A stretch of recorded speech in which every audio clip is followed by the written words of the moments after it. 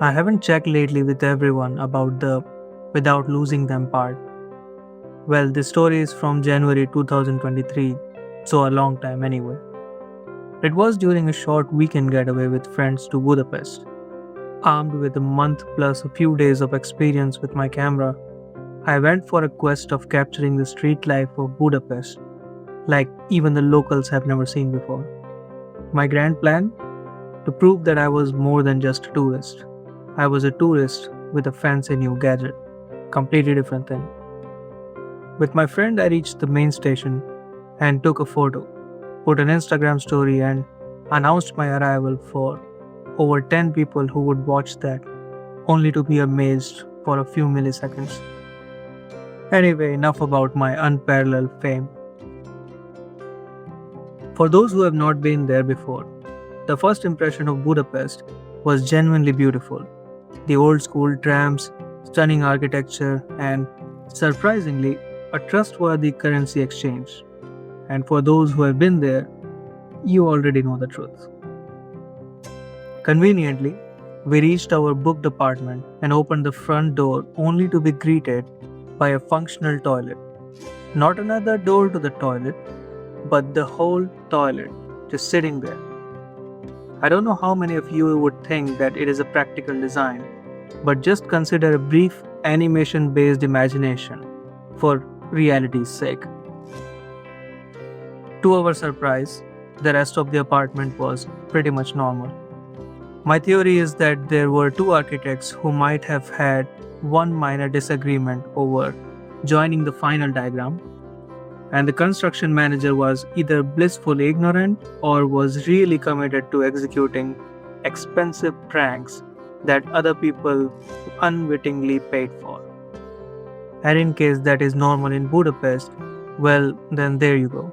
That would be one piece of the puzzle. Then began our sightseeing with a hunt for authentic Hungarian food. But we were hungry, and the Asian place was right there. So we officially started the actual touristic endeavors with the parliament. I don't know about their government policies and political situations, but damn, they invested a couple of tax money in that building. After some street photos, it took nothing to convince my friend to be a portrait model. I honestly was ready to involve bribery of coffee, beer, and or promises of eternal fame. But he was more ready, even more overconfident about my abilities, or so I thought. Still, that apparent ignorance was appreciated, even at the cost of him saying, "Your camera takes really good photos."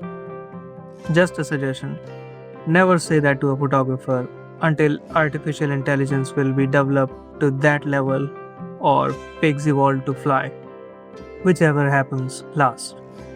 After my careful assumption of the entire city being our studio, we started to capture some portraits, also some candid shots of street vendors, performers, and a bronze statue of an old man, and a street art of an old badass lady.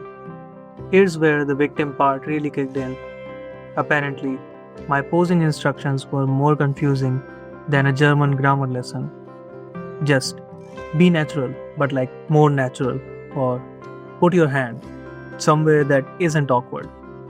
We battled with the constantly changing natural light, trying to avoid harsh shadows or accidental sun flares that made him look like he was auditioning for an extra in a sci fi movie.